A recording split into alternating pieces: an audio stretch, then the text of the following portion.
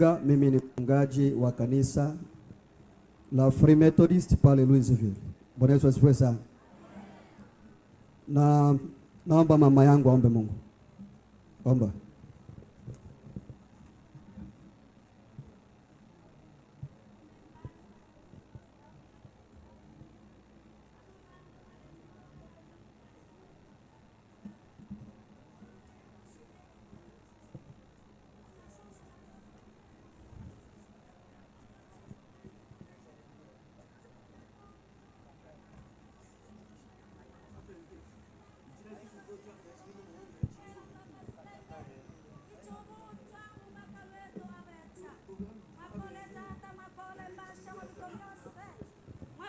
Shimane batulo bunja mwana wa abetsa yobe pembwe ntendeti ate amolo isambelo la manyonyalo be Yesu Kristo nkoti wa abatisato shikyo kuto alobe makole mami wetu makole nsoshi Yesu ni boseka babe mwana babe mabo mango malebu itanga mwana matitata Nibolobe Yesu wikyo onja byose mwene ombe.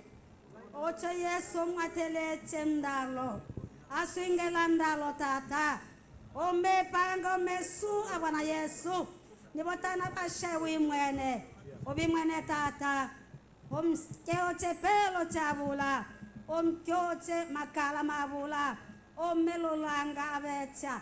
Nibo makambo masake mtema male osako milomo. Mwami wetu betune tubutekenena tubitekeneno alembe na bosoka lomba kimba mayoto cha mwikolo mwakole Yesu tulibona bibo Yesu bielelwe mwangana lobe china mwami wetu le mwikolo amen. Bwana Yesu asifiwe. Hapa kuna syllabus ambazo nimeziandaa japokuwa zitatosha kwa watu wote. Nimetuma somo hili kwenye kundi letu la watumishi. Kama utakuwa na haja ya kupata kopi, kama ukubahatika kupata kopi hapa, unaweza kuprint kupitia kundi letu la watumishi. Nimetuma PDF, unaweza ukamwona mchungaji wako, alafu una print, unapata kopi. Naomba uje, njoo ugawe kopi. Utaanza kwa watumishi, unagavulia watumishi syllabus na kwa wote. Bwana Yesu asifiwe sana. Chukua hizo. Wawe watu wawili. Mtu mwingine. Wawe wawili. Yeah. Anza kugaa kwa watumishi hapa, unakwenda kule. Muwe haraka kwa kukomboa muda.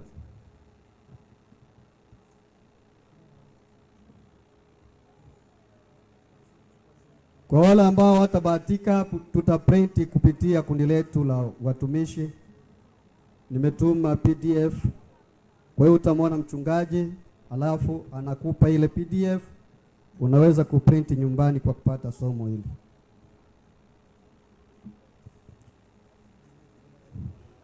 Tusome katika Luka pale ambapo tumesomewa.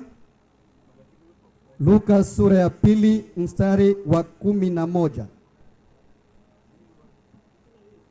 Luka sura ya 2 mstari wa 11. Unasema hivi.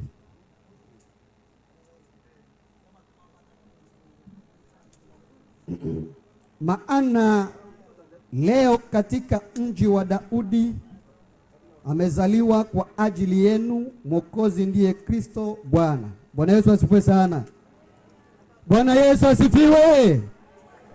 Bwana Yesu asifiwe. Tumesoma maneno haya katika kitabu cha Luka sura ya 2 mstari wa 11. Neno la Mungu linasema kwamba maana leo katika mji wa Daudi amezaliwa kwa ajili yetu Mwokozi, ndiye Kristo Bwana. Huu ni ujumbe wa malaika ambao aliupelekea wachungaji wa kondoo pale makondeni. Lakini kabla hatujaingia kwenye teme yetu ya leo. Kabla hatujaingia kwenye teme yetu leo, natamani tuzungumuze kuhusu jana ya Yesu ilikuwaje. Maana hii ni leo.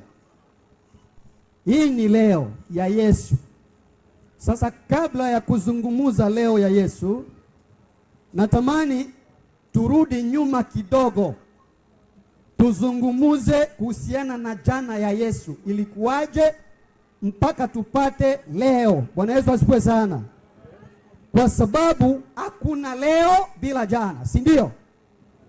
Hakuna leo bila jana. Kwa hiyo tutarudi nyuma kidogo, tuangalie jana ya Yesu ilikuwa namna gani mpaka tupate leo. Na kama tunaweza kuanzia mwanzo wa Agano la Kale mpaka mwisho wa Agano la Kale, hatuna muda, mambo ni mengi. Kwa sababu Agano lote la Kale kilikuwa ni kivuli cha Agano Jipya. Bwana Yesu asifiwe sana. Mambo yote ambayo yalikuwa yanatendeka katika Agano la Kale kilikuwa ni kivuli cha Agano Jipya. Lakini mimi nimetamani tu tuanze pale ambapo kulitokea mgawanyiko au mpasuko wa ufalme wa Sulemani. Natamani tuanzie pale tu kwenye mpasuko wa ufalme wa Sulemani baada ya Sulemani kufa. Ndipo nimetamani tuanzie pale. Bwana Yesu asifiwe sana. Naomba tusikilize kwa sababu tunafundisha. Kanisa ni shule la Yesu. Tunafundisha kwa sababu watu wengi hawajui neno la Mungu. Watu wengi tunasoma Biblia, unaweza ukafungua Biblia, unasoma lakini haulielewi. Kwa hiyo tunafundisha ulielewe. Bwana Yesu asifiwe sana. Na neno la Mungu linahitaji ukimya na umakini mkubwa ili ulielewe vizuri. Tunaposoma katika Wafalme wa Kwanza sura ya 11 mpaka sura ya 12 hadi 13,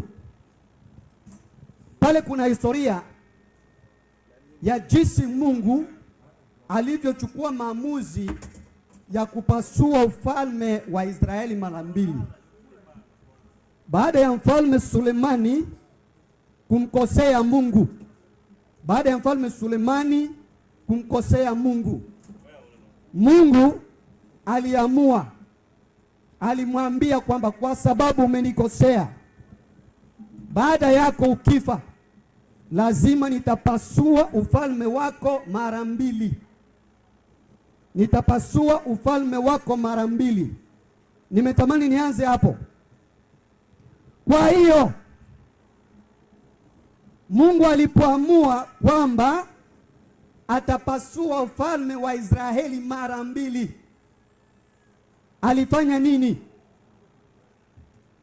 Pale kwenye ikulu la Sulemani pale kwenye ikulu la Sulemani kulikuwa mfanyakazi mmoja pale kwenye ikulu la Sulemani ambaye alikuwa anaitwa Yeroboamu. Huyo alikuwa tu mfanyakazi. Alikuwa mfanyakazi pale kwenye ikulu la Sulemani. Jina lake alikuwa anaitwa Yeroboamu. Mungu kupitia nabii wake Ahazi, ukisoma Wafalme wa Kwanza sura ya 11:20 na mstari wa 29, Mungu kupitia nabii wake ambaye anaitwa Ahazi akamtabiria huyu mfanyakazi ambaye alikuwa anafanya kazi kwenye ikulu la Sulemani. Akamtabiria hivi kwamba wewe Yeroboamu, utakuwa mfalme, na kama utakuwa mfalme wa Israeli utatawala nyumba 10. Bwana Yesu asifiwe sana. Tufuate vizuri. Utatawala nyumba 10. Kwa sababu nyumba za wana wa Israeli ni 12, si ndio? Sisi tunajua 12. Lakini mtu akikwambia kwamba ni 14 usibishe. Lakini hatutakwenda huko. Akamwambia, wewe Yeroboamu utatawala nyumba 10. Na mtoto wa Sulemani alikuwa na mtoto wake ambaye alikuwa anaitwa Rehoboamu. Naomba tuwe makini sana kwa majina haya. Nasikia fujo kwenye mitambo, naomba udhibiti mitambo vizuri. Sulemani alikuwa na mtoto wake ambaye alikuwa anaitwa nani?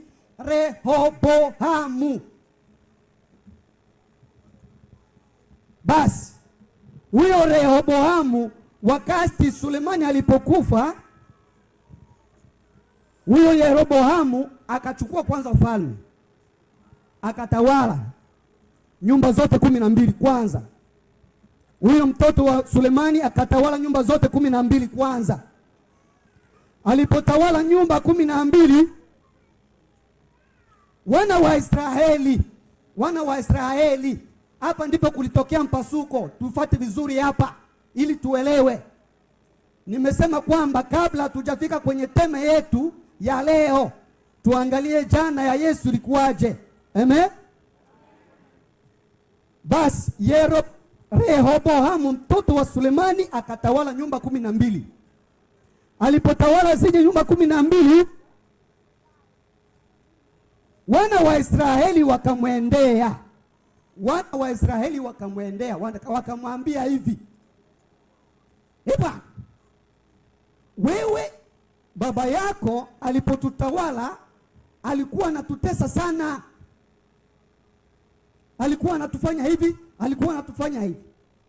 Sasa na wewe utupunguzie kidogo tupate unafuu. Amen. Tufuate vizuri hapa. Tupate unafuu kidogo, uturegezee kamba kidogo. Wanampendekeza, wanaomba mtoto wa Sulemani awaregezee kamba, kwa sababu baba yao Sulemani alikuwa anawapa kazi ngumu. Basi mtoto wa Sulemani yule Yeroboamu akaanza kuomba mawazo kutoka kwa watu mbalimbali. Alienda kwa wazee akaomba mawazo. Wazee wakawa na mawazo ambao walimshauri.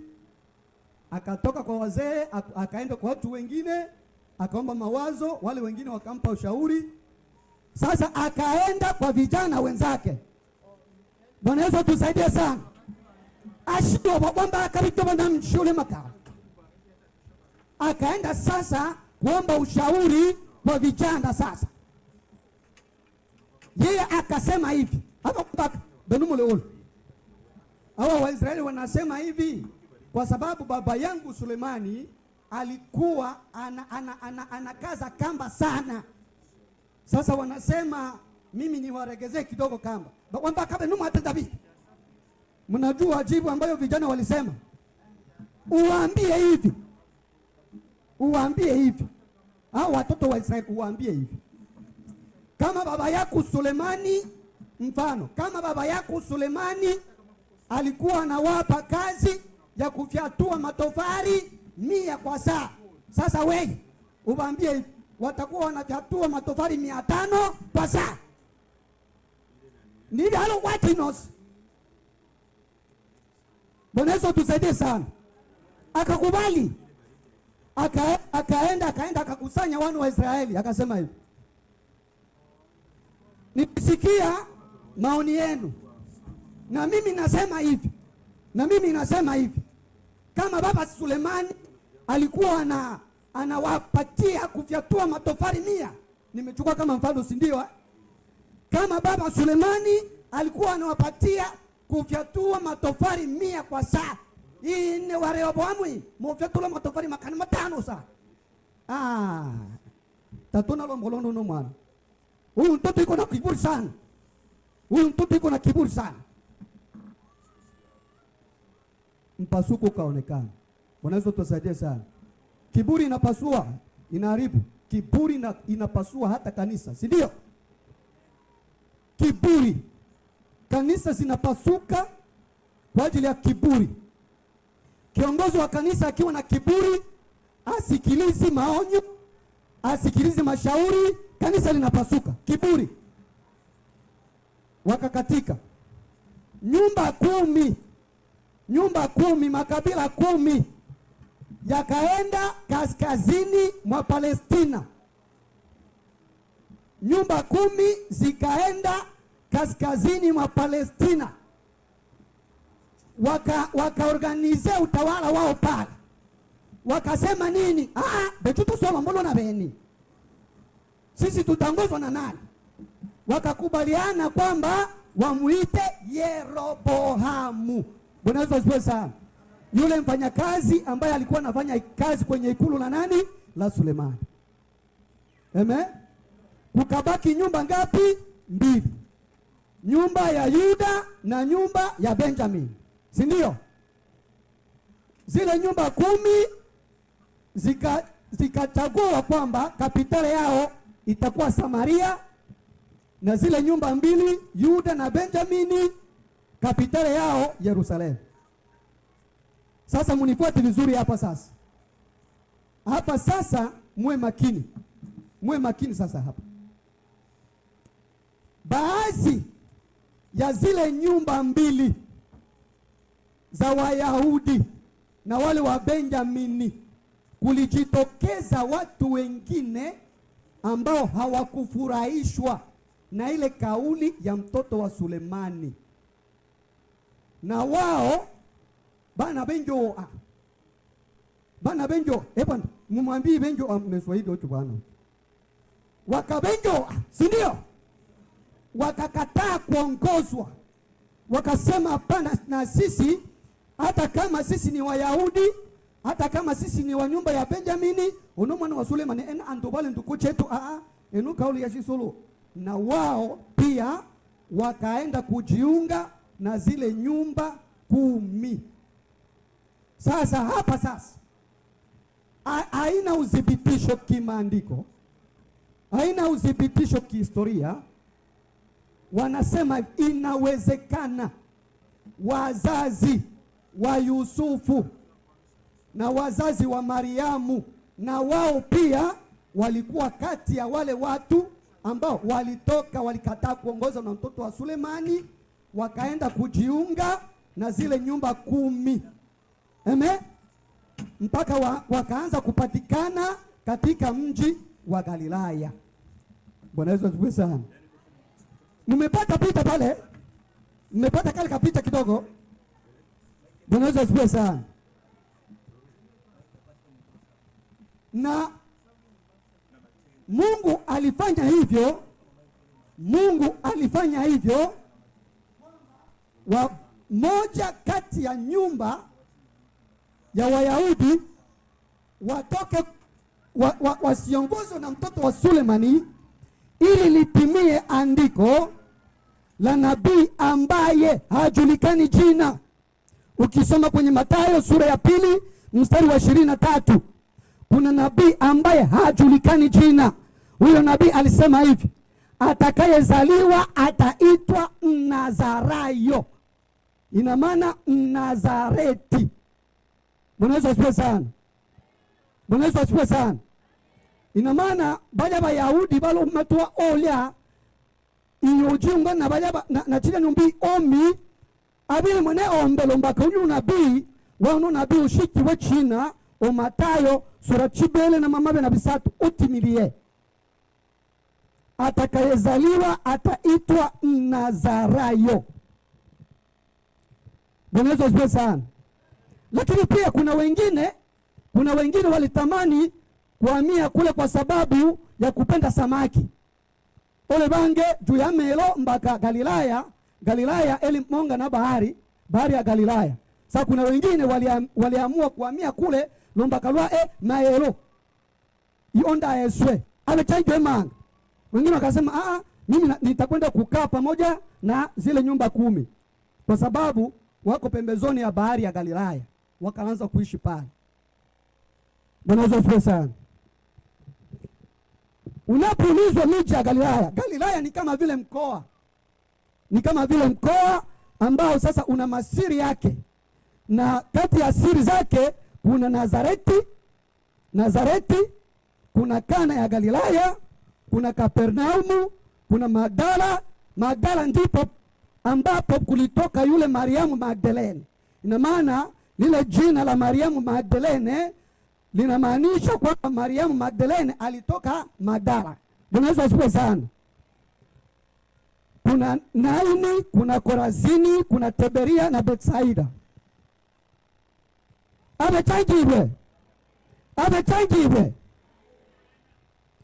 Kwa hiyo Yusufu na Mariamu walijikuta wanaishi Galilaya, wanaishi Nazareti katika hali ya ugeni. Walijikuta wanaishi pale ni wageni, bale bakeni. Babile miyo iseba mula maite bakeni. Ta obile wabo. Amechangiwe. Walikuwa wageni pale Galilaya katika siri ya Nazareti. Na Nazareti ulikuwa ni mji ambao ulikuwa unadharauliwa. Ole mboka chama ango sangaba tuwama ngabicho chimu mboka chituba cha kiwa kakiwa. Usangaba tubaka chimu mboka inos. Piriwe sasa inona hiyo Nazareti ebile ngemboka ebile yakakiwa tu. Iya to wanasoma Yohana sura ya 1 maana china na bisato mpaka maana china mtoba. Ale jibu ya Nathanaeli yao. Hapo kuna jibu ya Nathanaeli hapo ambayo anamjibu Filipo. Nathanaeli alimjibu Filipo hivi: je, linaweza kutokea jambo njema Nazareti? Ile ilikuwa ni lugha ya dharau. Amen. Ile ilikuwa ni lugha ya dharau. Ina maana Nazareti ulikuwa ni mji ambao ulikuwa unadharauliwa. Ile jibu ya Nathanaeli anamjibu Filipo. Nathanaeli anasema, je, linaweza kutokea jambo njema Nazareti? Bwana Yesu asifiwe sana. Hivi tunaenda tunashuka kwenye teme yetu pole. Wale ambao wako na syllabus, tunakwenda tunashuka kwenye teme yetu pole. Sasa tujiulize swali. Pale kuna maswali sasa. Amen? Pale kuna maswali. Shika vema hili. Malaika anamtembelea Mariamu Nazareti. Si ndio? Malaika anamtembelea Mariamu Nazareti. Mariamu anabebea mimba wapi? Nazareti. Hapo chaji umanga. Bwana Yesu asifiwe sana. Mariamu anabebea mimba yake Nazareti. Chemi nyechi yenda Nazareti. Hapo chaji umanga. Ni maswali, si ndio? Sasa kwa nini asizaliwe pale Nazareti? Si ni swali hilo? Unaweza kujiuliza hilo swali. Malaika anamtembelea Mariamu Nazareti. Mimba Mariamu anaibebea Nazareti. Mimba inakomalia Nazareti. Sasa kwa nini asiliwe pale? Bwana Yesu asifiwe sana. Bwana Yesu asifiwe. Mwibalo.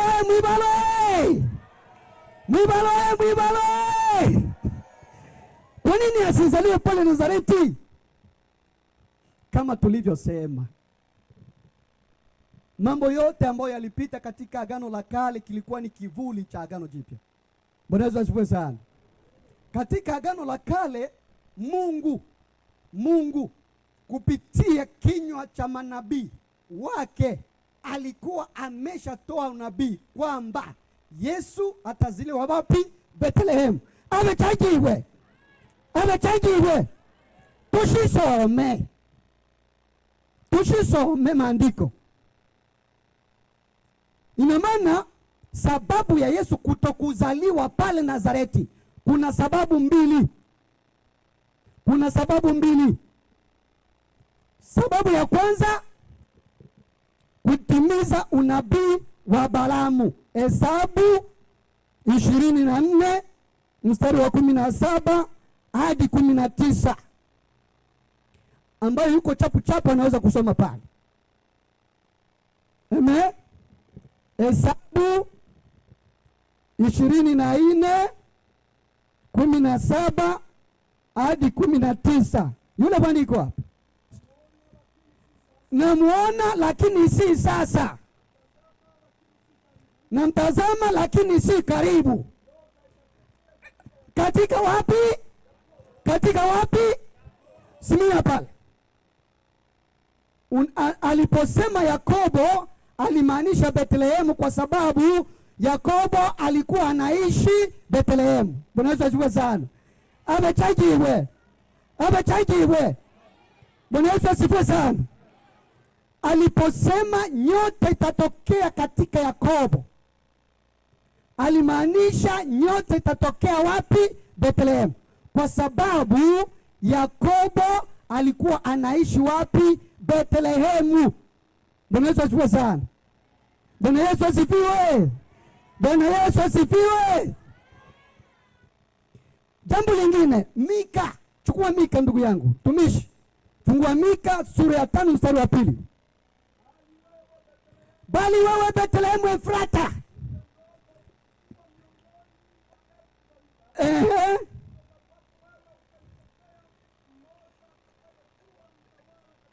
Bwana Yesu asifiwe. Bwana Yesu asifiwe. Tungwe ono mumangole iyo bakanja betu banabii batoba na Mungu. Isaya etanga yalotabiri iboto la Yesu. Unabii walotimilea umda mnyama kana mwenchi. Abetajiwe. Sasa mpana tabiriano batosi bachu mlola. Unuta utabiri o alutabiri bin. Nabii anaweza kutabiri leo, unabii unatimilika baada ya miaka tele wapo wa. Amen. Amen. Manabii wetu tulionao, mutoe unabii wa mambo yanayotoka kwa Mungu. Hapana vitu nje numi ichwe. Abechajiwe. Mbaka vitu wa Mungu vitu timili. Hata ngama byonde myaa bio timili tubile tetone mtu wa Mungu anatabiri abechajiwe manga. Bwana Yesu asifiwe sana. Kwa hiyo kama Yesu angezaliwa pale Nazareti, huu nabii ungeonekana ni uongo. Tulimwelewa hivyo? Tunaelewa? Hii sababu ya Yesu ishabuchwa halia. Huu nabii ungeonekana ni uongo. Unabii wa Balaamu ungeonekana ni uongo. Unabii wa Mika ungeonekana ni uongo.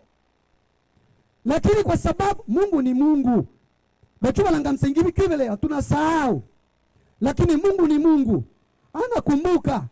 Alikumbuka hata malaika ujumbe Nazareti. Chemi mimba imebebewa Nazareti. Mimba miezi 9 Nazareti. Hata nilitoa unabii kupitia Balaamu, nilitoa unabii kupitia Mika kwamba atazaliwa wapi? Bethlehemu. Amechajiwe. Bwana Yesu asifiwe sana. Bwana Yesu asifiwe sana. Tusiteke nene. Neno la Mungu linasema hivi. Ile sensa ndio ilikuwa sensa ya kwanza Kaisaria alipokuwa mfalme. Na Biblia andaliwa haikuwa kwenye plani ya pana. Mungu alienda kwa Kibembe tunaita sendola. Mungu alienda kusendola mawazo ya mfalme. Fanya sensa. Itisha sensa. Fanya sensa. Nifanye sensa. Tunapaswa kufanya sensa. Mungu anatumia hata mpagani ili ujumbe wake ufike. Bwana Yesu asifiwe sana. Fanya sensa. Kaisarianos aisendulanos twete sensa. Akaita komite yake, bwana tufanye sensa, lazima watu wote waandikwe, wahesabiwe, watu wote. Amwe etabito kumbe ale Mungu, ele mizu ya Mungu yo mumsukumu. Abana batobose bapashu babalwe. Meno eto ese batobose bapashu babalwe. Babalwe kabisa. Nomba katumanye taratibu cha makodi cho babile. Tujue taratibu wa makodi utakuwa namna gani. Si ndio? Ala, bipoza sauti. Sensa, sensa, sensa, sensa, sensa. Ele sensa ya andaliwa na Bwana ombe. Amechajiwe. Bwana Yesu asifiwe. Ni sensa ambayo ina msukumo wa Bwana Yesu Mungu mwenyewe. Sensa hii na vitu sensa. Sensa, taarifa ya sensa inazagaa kabisa. Sasa tena Mungu anamwambia hivi, anampa utaratibu, anampa plani kwenye hiyo sensa, kila mtu, kwa sababu unajua watu wamezagaa ovyo ovyo kwenye hiyo sensa. Biblia chemi ole Nazareti Mariamu ashira hatari, ole bila Nazareti bibi ashira hatari. Sasa Mungu anamwambia mfalme taratibu, anampa plani kwenye hiyo sensa. Unajua kwenye hiyo sensa plani ni hivi, kila mtu andikwe, aende kuorozeshwa kwenye mji wake wa asili. Amechajibu manga. Ole Nazareti, ole Yusufu, yungwa o mikrobi noni wa kila mtu apashwa aitane o aki asili, kijiji chake cha asili. Anapocha Mariamu kachauna ono lobe na mtu ashile chemi ngama kilibute ase ngama kilende akikasonga ale amechajiwe. Bwana Yesu asifiwe sana. Mariamu ndobe kwenu kwa asili ni wapi? Usema obwito manyakwen mtuju tanguita ali na mchelaki wetu on ngolo chakwe tu on goto ntiki chakwe tu chin obe Mariamu obwito kwen ine shite wetu tichawan obe Mariamu wachumi nao ono Galilaya taole wenu on tole mola maunu itabaken ono taole wetu taole wenu no na wangu mbela nibo mpaka toye ntetombo kachasili mwene ombamo oya chinga bobo bose botumpaka unabii wake o etibile utimilie. Bwana Yesu asifiwe sana. Bwana Yesu asifiwe sana. Uasili Yusufu wa Mariamu mpaka tu otu asili. Ndo asili wetu ole. Shu olo Yakobo abi muishi ole Bethlehem. Shi olo Daudi alo bote lwanishi ole Bethlehem. Iwe tu asili. Amechajiwe. Bwana Yesu asifiwe. Iwe tu asili ni we. Tushi. Safari ikaanza. Nilifanya utafiti nimesahau ile document nyumbani ya kujua maili kutoka Nazareti mpaka Bethlehem, safari pale. Nilisahau ile document nyumbani. Kwa hiyo walitembea pale. Ulikuwa ni mpango wa Mungu. Bamu oya kile plani cha mune ombe. Ule unabii. Bale munyatamu kivuli cha unabii, wanatembea katika kivuli cha unabii. Bwana Yesu asifiwe sana. Bwana Yesu asifiwe sana. Wakasafiri. Wakaenda. Mushimu ni bitu itamune ombe. Atobocho wimfalme. Longe chile chose hotele. Ashika asangwache cha chose bakeni. Amotaka lo chebalanga msinginibo ine. Mumangelo ondo lwane nenu. Lolo lwa molo mpaka nobochwa mtuwi tangombe. Amechajiwe. Bwana Yesu asifiwe sana. Bakeni hotele chose cha Bethlehem asangwache cha po chose biomba byose byasango byakyula. Byose byasango byakyula Bethlehem. No se wachwa I need a room. No se wachwa I need a room. You need the room, I need the room. Hotele chose chawa chose.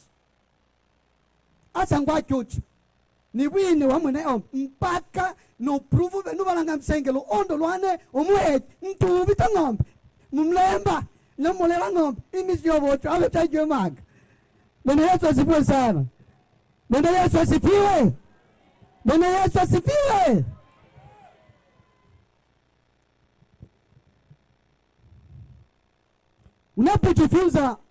Unapojifunza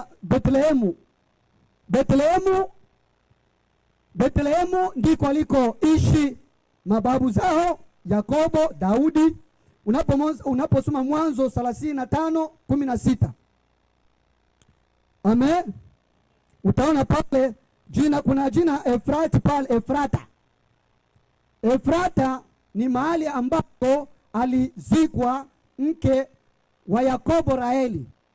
Na Bethlehemu ni kati ya miji ambayo ilisukumwa, ilitikisishwa sana na njaa. Ile njaa ambayo nabii Elia alitabiri baada ya mfalme Ahabu kumkosea Mungu. Mungu kupitia kinywa cha nabii Elia akamwambia, kwa sababu mfalme Ahabu amekosea, sasa nya esat njala meno es taoshibini emi taoshibena make taoshibena mchila mboka chalo sukuma manganeja njala. Bethlehemu ne yalo sukuma na njala abe chatwa telechemani ni atoma Yakobo akila sena njala ola Misri wakile abi moya sena njala ejo njala alikuwa anakwenda kukimbia hiyo njaa. Tusiende kule kwa ajili ya muda. Sasa tusome teme yetu. Bwana Yesu asifiwe sana. Bwana Yesu asifiwe sana. Nimetamani mpate hiyo picha kwanza. Kwa nini Mariamu na Yusufu walikuwa pale Nazareti? Kwa nini mimba ibebewa pale Nazareti? Sasa aende kuzaliwa Bethlehemu. Tuingie kwenye teme yetu sasa. Maana leo katika mji wa Daudi amezaliwa kwa ajili yenu Mwokozi, ndiye Kristo Bwana. Bwana Yesu asifiwe sana. Tuchambue. Kusoma unaweza ukazani huu ni msemwa tu. Beno baba uchu watu wa Mungu mwene ombale wajabu. Huu msemwa huu. Huu msemwa wote huu ni maneno ya unabii, nabii tofauti. Ina maana Mungu alifanya ufundi. Alichukua maneno kutoka kwa nabii huyu, alichukua maneno kutoka kwa nabii huyu, alichukua maneno kutoka kwa malaika Gabrieli ambayo alizungumuza na Zakaria, alichukua maneno kutoka kwa ujumbe wa malaika ambao alizungumuza na Yusufu kwenye ndoto. Achisambia yashiba frazenga abe chaije man. Bwana Yesu asifiwe sana. Leo tunaanza kuchambua. Leo katika mji wa Daudi amezaliwa. Huo ni utimilifu wa unabii wa Nathani kuhusu mwana wa Daudi kupitia Mariamu. Haya maneno Mungu aliyatoa kutoka kwenye unabii wa Nathani. Nabii Nathani. Unabii wa Nathani ambao alikuwa anampa nani? Mfalme Daudi. Unaposoma kwenye mambo ya wakati, mambo ya nyakati wa kwanza sura ya 17 mstari wa 13 hadi 14 ni utimilifu mambo mwene ombalo maenda unabii kutoka kwenye unabii wa Nathani, nabii Nathani. Baja bafalme baale babile na babu manabii numba ya ufalme walikuwa na manabii wao pale, na yule Nathani alikuwa nabii wa Daudi, alikuwa nabii katika utawala wa Daudi. Amechaikiwe. Bwana Yesu asifiwe sana. Na Mariamu mama yake ya Yesu ni wa nyumba ya Nathani, nabii Nathani. Amen. Ende.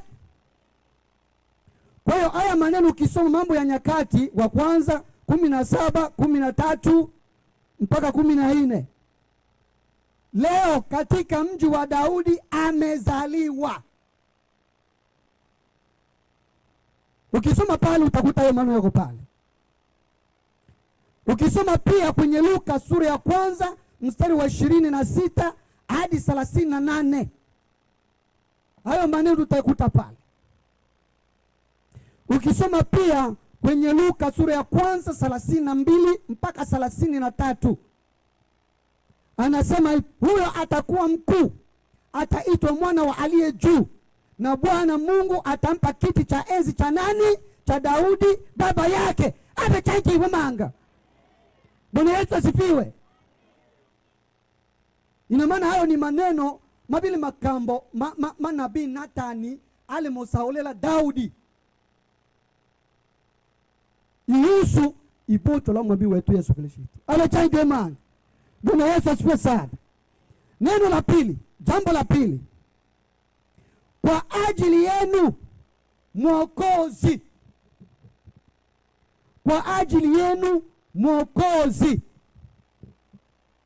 Kwa ajili yenu Mwokozi ni utimilifu wa unabii wa Isaya kuhusu Imanueli. Kwa ajili yenu inamaanisha nini? Mungu pamoja nasi. Abechajiwe. Ale mwenye umuchugenetu. Amuchugenetu. Abechajiwe manga. Kwa hiyo aliposema kwa ajili yenu ni utimilifu wa unabii wa Isaya kuhusu Imanueli. Isaya sura ya 9 mstari wa 6. Mwokozi, neno mwokozi. Neno mwokozi ni agizo, ni neno ambalo limetoka katika ule ujumbe wa malaika ambao alikuwa anazungumza na Yusufu kwenye ndoto. Malaika anamwambia Yusufu hivi, uto mwana ubuchwa Yesu abetajiwe. Jina lake utamwita Yesu, kwa maana yeye ndiye atakayewaokoa. Ndio hilo neno mwokozi. Maana yeye ndiye atakayewaokoa watu wake na dhambi zao. Bwana Yesu asifiwe sana. Unaposoma utasoma kwenye Mathayo sura ya kwanza mstari wa 21. Ndiye Kristo. Ndiye Kristo ni utimilifu wa unabii wa Malaki kuhusu Bwana. Amen. Kwanza ndiye Kristo ni utimilifu wa maneno ya malaika kwa kuhani Zakaria. Kwa kuhani Zakaria. Amen. Amen. Wakati malaika alipomtokea kuhani Zakaria, wakati malaika anamtokea kuhani Zakaria pale kanuni, malaika alimwambia hivi, "Oto wabe mwana ushibochwe ocho." Atarejesha watu wake kwa Mungu wao. Bwana Yesu asifiwe sana. Atawarejesha watu wake kwa Mungu wao. Alikuwa anazungumza kwamba mtoto wa Zakaria, Yohana Mbatizaji, atawarejesha watu wake kwa Mungu wao. Mungu wao nani? Yesu Kristo. Bwana Yesu asifiwe sana. Abechajumanga. Bwana Yesu asifiwe. Baraka zilizo katika wokovu nilizozipata kwa bure, nilipoungama makosa na dhambi kwa Yesu Mwokozi wao. Na shiba rohoni kwa raha ya Mungu, na moto wa mbinguni ulimona apata kukaa nuruni kabisa, na nuruni Yesu Mwokozi. Bwana Yesu asifiwe. Mwibaloe, mwibaloe. Mwibaloe, mwibaloe. Mwibaloe, mwibaloe. Bwana Yesu asifiwe. Unasema hivi, ndiye Kristo Bwana Ni timilifu wa unabii wa Malaki kuhusu Bwana. Malaki 4 mstari wa 5. Utasoma tena Malaki 3 mstari wa 1. Pia ni timilifu wa agizo la malaika, maneno ya malaika kwa kuhani Zakaria. Luka sura ya 1 mstari wa 8 hadi 16. Abetangirwe manga. Bwana Yesu asifiwe. Tuchambue neno hili leo. Tuchambue sasa neno hili leo inamaanisha nini? Malaika anasema leo katika mji wa Daudi amezaliwa kwa ajili yenu Mwokozi, ndiye Kristo Bwana. Leo maana yake nini? Leo inamaanisha nini? Ametaja manga. Bwana Yesu asifiwe. Muko mnasikia kinasema vizuri hiki? Kisikatekate. Nipe kingine. Ametaja wewe. Beno betole naso wakilo undemo katakata vile. Ametaja manga.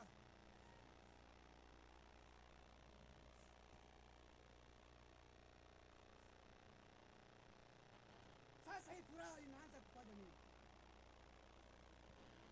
Ametaja wewe. Fanya mitambo yako vizuri. Haya. Ametajiwe. Bwana Yesu asifiwe. Bwana Yesu asifiwe. Leo inamaanisha nini? Leo inamaanisha nini?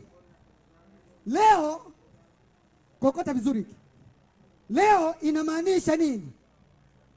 Leo inamaanisha kwamba Mungu amekubali kujiingiza katika hesabu ya majira.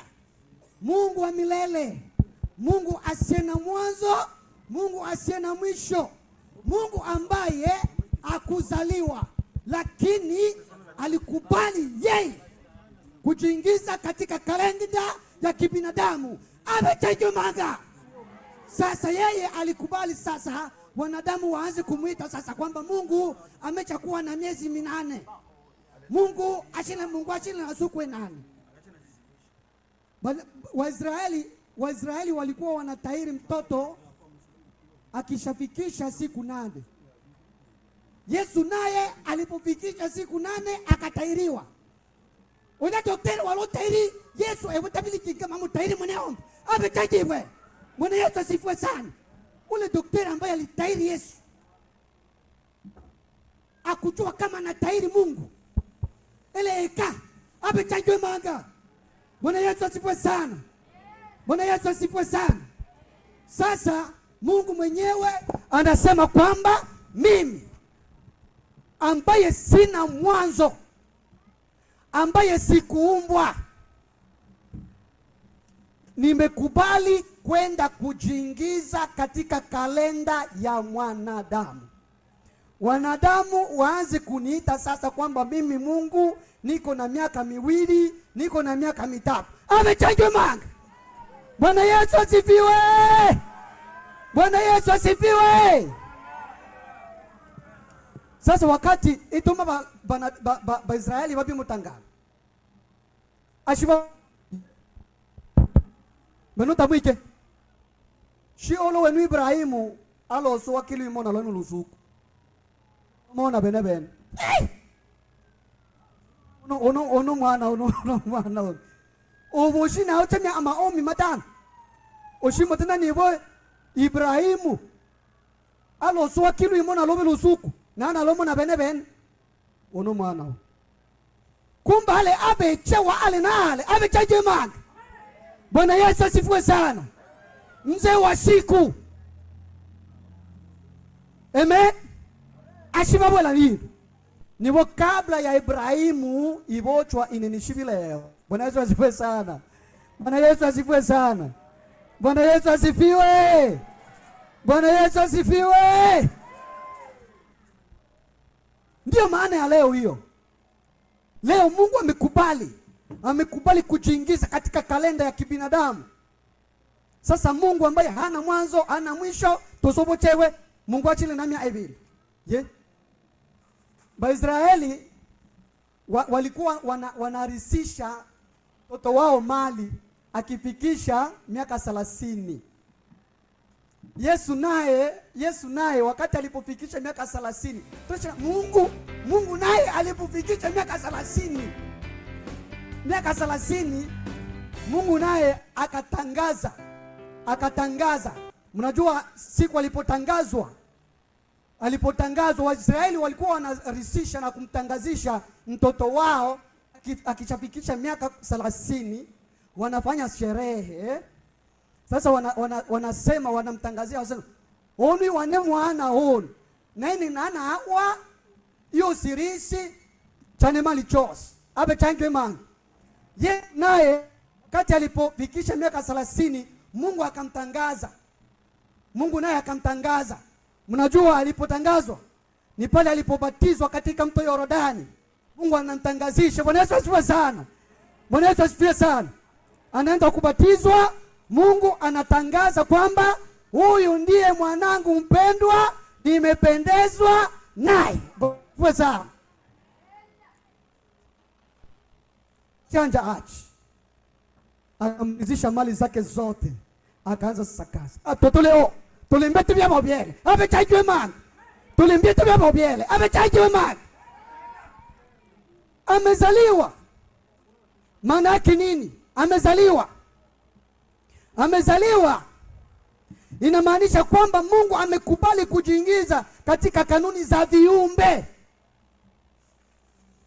Kanuni za viumbe ni kanuni gani? Kanuni ya kwanza ya viumbe inasema hivi: lazima kila mwanadamu aishie duniani lazima azaliwe na mwanamke. Yesu abotwa na machana. Ave change man. Mungu abotwa na machana. Mungu abotwa na machana. Ave change man. Kanuni nyingine, neno la Mungu linasema hivi kwamba aliyezaliwa na mwanamke siku zake ni chache, nazo zimejaa taabu. 14 mstari wa kwanza. Ayubu 14 mstari wa kwanza inasema hivi: kila aliyezaliwa na mwanamke siku zake ni chache, nazo zimejaa taabu. Mungu Yesu amekubali siku zake kuwa chache na zijae taabu. Amechato watele chimanga. Bwana Yesu asifiwe sana. Yesu amekubali siku zake kuwa chache. Mungu amekubali kuja duniani, amekubali siku zake ziwe chache, lakini pia zijae nini? Taabu. Zijae taabu. Bwana Yesu asifiwe sana. Bwana Yesu asifiwe. Tupo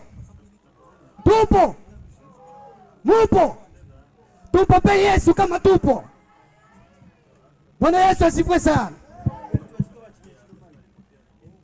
Ayubu anasema hivi, neno la Mungu linasema kwamba aliyezaliwa na mwanadamu siku zake ni chache, nazo zimejaa taabu. Yesu Kristo naye Mungu amekubali kuja duniani, siku zake ziwe chache na zijae taabu. Benyo shitemi obakanu yalo obakanyi wa Yesu. Benyo shitemi obakanu yalo obakanyi wa Yesu. Alo selo bi oloto. Abe tangi wa manga. Bwana Yesu asifiwe sana. Alo kombati kele. Taabu. Kanuni nyingine ya wanadamu, atakufa. Lazima kila mwanadamu afe. Mungu amekubali kuja duniani ili afe kwa ajili ya kukomboa mwanadamu. Amechangwe manga. Bwana Yesu asifiwe. Bwana Yesu asifiwe.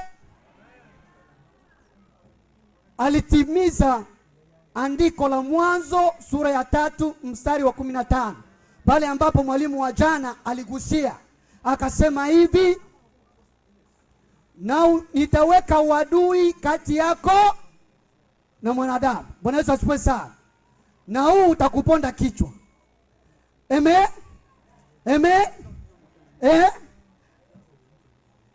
huo utakuponda kichwa na huo utakuponda kisigino. Ima kambo male yao Mwanzo bisato 15. Kisigino, kile kisigino, maana ya kisigino ni kufa.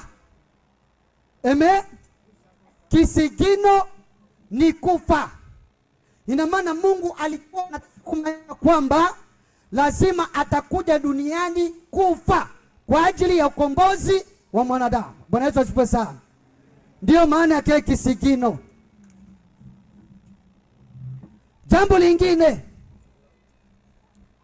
tunasema kwamba akubali kuja kuzaliwa chini ya sheria. Mungu Yesu anakubali kuja kuzaliwa chini ya sheria. Sheria zipi? Unaweza kujiuliza, sheria gani? Amen. Sheria ya kwanza, lazima atahiriwe. Watoto walikuwa wanafanya wakifikisha siku 8 lazima anatahiriwa. Luka sura ya 2 mstari wa 21. Kutoka 12:48. Amen. Amen. Sheria nyingine, sheria ya kupelekwa hekaluni, awekwe mikononi mwa Bwana. Walikuwa na sheria ya kila mtoto kubarikiwa, kupelekwa hekaluni, kuwekwa mikononi mwa Mungu. Yesu naye alipelekwa hekaluni. Bwana Yesu asifiwe sana. Alipelekwa hekaluni kuwekwa wakfu kwa Bwana. Luka sura ya 2 mstari wa 22 hadi 24. Kutoka 13 mstari wa 1 hadi wa 2. Sheria nyingine, alihesabiwa. Sheria nyingine, Yesu alihesabiwa, alipitishwa kwenye sensa. Tunasema kwamba Yesu alikuja kuzaliwa chini ya sheria. Ichino sheria chino. Ukisoma kwenye Wagalatia 4:4 inasema kwamba Yesu alikubali kuja kuzaliwa chini ya sheria. Ndio hizi sheria. Ndio hizi sheria.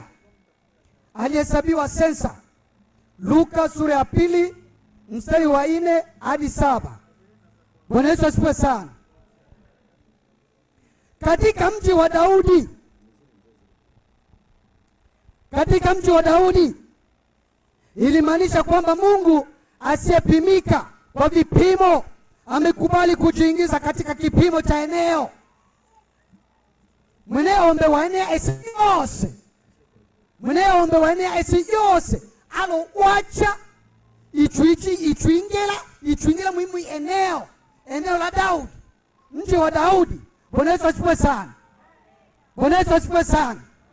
Katika mji wa Daudi inamaanisha kwamba Mungu ameenea ulimwengu wote mzima, amejifanya kuja kuzaliwa katika kaeneo kamoja ka ulimwengu. Abechange manga. Kwa hiyo ni kazi ya ukombozi. Ni kazi ya ukombozi ambayo Mungu alifanya, na mpango huu aliupangilia kabla ya misingi ya ulimwengu kuwekwa. Hapa mwishoni mwa somo tunataka kumaliza. Mwishoni mwa somo nimetamani niweke baadhi ya andiko ili kutoa utata.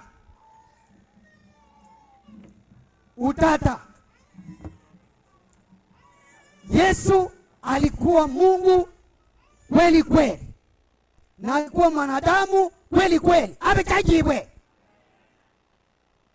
Kitu cha kwanza, alizaliwa. Luka sura ya 2 mstari wa 11. Alikuwa na damu na mwili. Hizi ni andiko zinazomaanisha kwamba alikuwa mtu kweli kweli. Alikuwa mtu kweli kweli. Alizaliwa kama mwanadamu. Luka 2:11. Alikuwa na mwili na damu. Waebrania 2:14.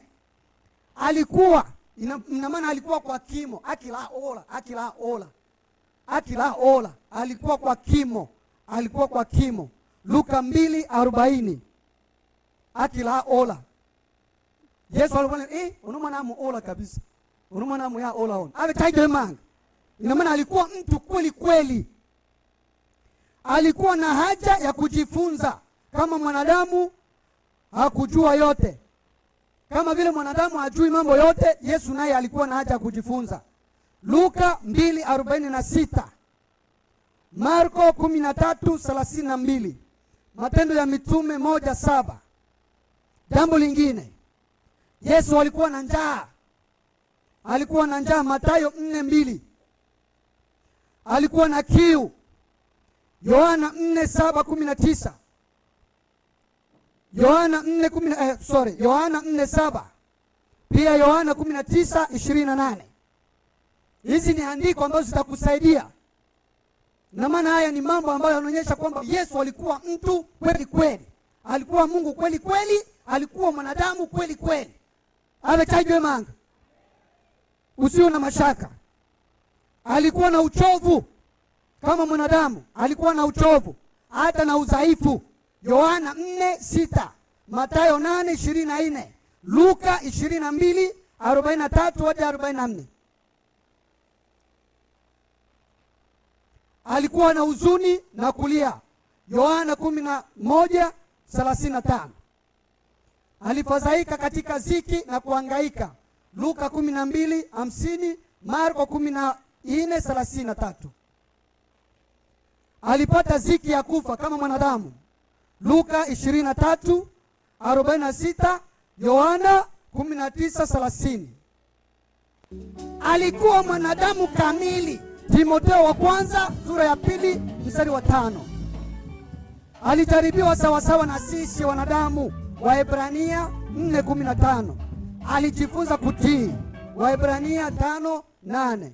Alijifunza kuchukuana nasi katika udhaifu. Waebrania 4:15. Na maana Yesu alikuwa mwanadamu 100%, alikuwa Mungu 100%. Amechajwe manga. Bwana Yesu asifiwe!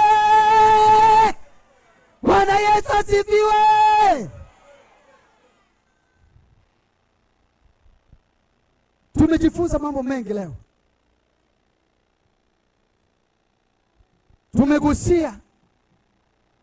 Tumegusia kidogo kuhusiana na jana ya Yesu ilikuwa namna gani.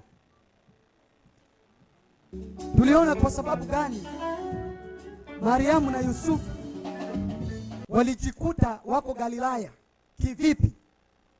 Hayo yalikuwa ni matokeo ya mpasuko wa taifa la Israeli. Wakati walipopasuka, kuna Wayahudi ambao hawakufurahishwa na utawala wa mtoto wa Sulemani. Wakatoka wakaenda kujiunga na utawala wa nyumba 10. Haijathibitishwa kimaandiko, ndivyo tulivyosema. Haijathibitishwa kihistoria. Bimo lenganyiwa kwa Kiswahili tunaweza kuita nini? Inazaniwa, si ndio? Inazaniwa katika ule mpasuko, wazazi wao pia wa Mariamu na Yusufu na wao walijikata. Hatuwezi kuongozwa na huyu mtoto wa Sulemani ana kiburi. Wakaenda wakaanza kuishi katika Galilaya, katika miji ya Nazareti. Bwana Yesu asifiwe sana. Na tunasema kwamba Mungu alifanya vile ili litimie unabii, andiko la unabii la nabii asiyejulikana jina. Kuna nabii ambaye hajulikani jina. Katika Mathayo sura ya 2:23 alisema atakayezaliwa ataitwa Mnazarayo au Mnazareti. Kwa hiyo ile hali ya wazazi wao kuhama na kwenda kujiunga, Mungu alifanya vile ili huo unabii wa mtu ambaye hajulikani jina utimilike. Bwana Yesu asifiwe sana. Na tukasema kwamba kuna wengine walihama kule kwa ajili ya kupenda samaki bila ukweba wa maelota vikiosa. Kwa sababu na Galilaya ni mji ambao uko karibu na bahari. Na tulisema kwamba Nazareti ni mji ambao ulikuwa unadharauliwa sana na watu, na ndio maana Nathanaeli alisema, je, linaweza kutokea jambo njema Nazareti? Ile ilikuwa ni lugha ya dharau. Bwana Yesu asifiwe sana. Na tuliona hapa, tulisema kwamba Mungu alitaka Yesu Kristo aende azaliwe Bethlehemu ili kutimiza unabii wa Balaamu katika Hesabu sura ya 24 mstari wa 17 hadi 19. Unabii wa Mika sura ya 5, Mika sura ya 5 mstari wa 2. Bwana Yesu asifiwe sana. Tuligusia kidogo kuhusiana na mji wa Bethlehemu, lakini hatujaingia ndani sana. Na tulisema kwamba Yakobo aliishi pale Bethlehemu, Daudi, mababu zao waliishi pale Bethlehemu.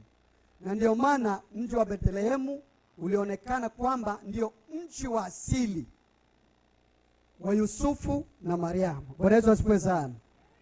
Ndio maana ulionekana ni mji wa asili wao. Na tulisema kwamba Mungu alisukuma mfalme kufanya sensa. Ulikuwa ni msukumo wa Mungu ili mtoto azaliwe wapi? Pale Bethlehemu. Na tulichambua ya maneno, maana leo katika mji wa Daudi amezaliwa kwa ajili yenu Mwokozi, ndiye Kristo Bwana. Tumesema leo katika mji wa Daudi amezaliwa ni utimilifu wa unabii wa Nathani kuhusu mwana wa Daudi.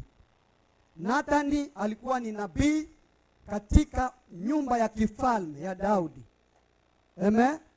Na tukasema Mariamu alikuwa wa ukoo, alikuwa wa nyumba ya Nathan.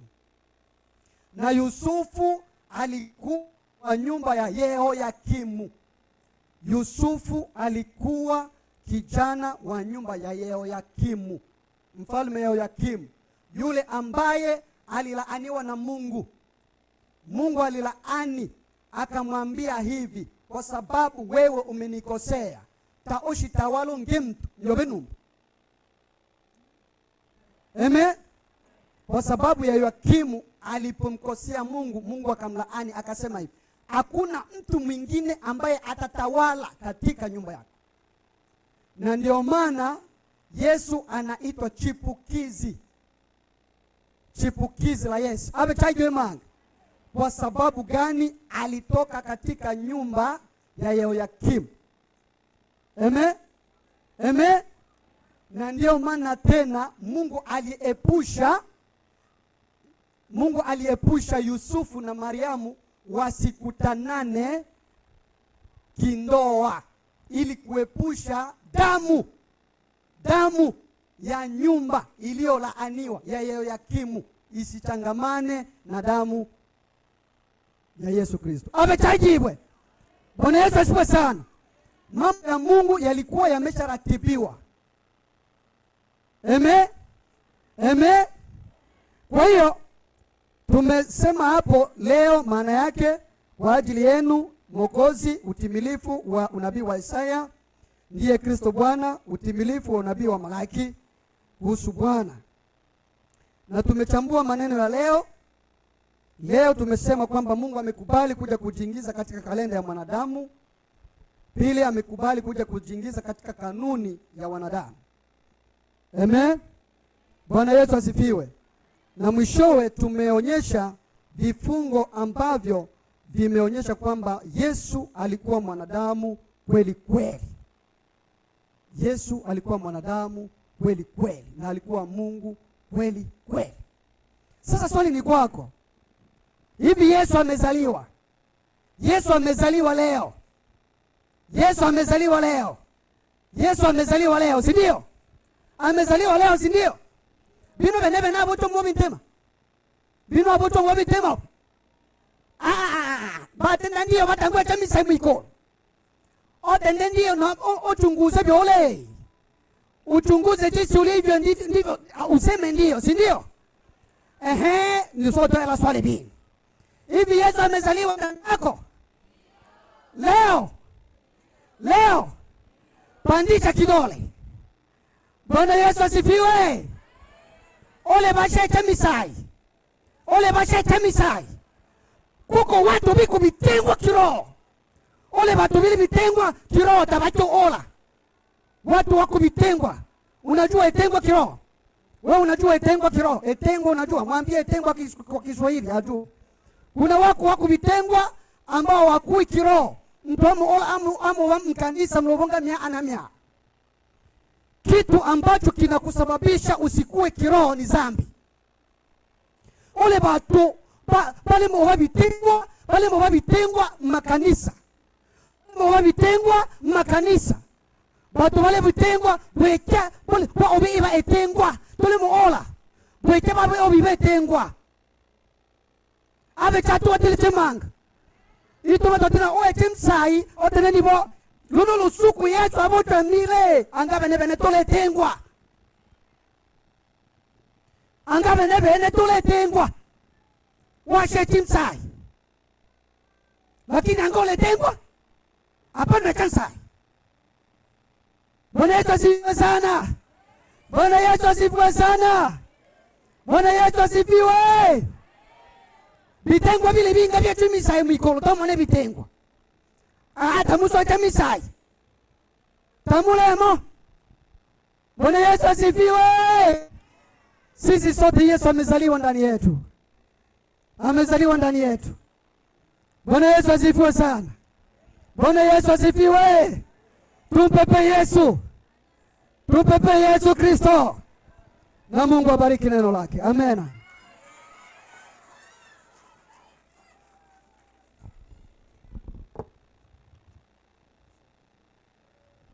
Bwana Yesu asifiwe. Uhuru wa Yesu. Tumebarikiwa sana. Si ndio hivyo?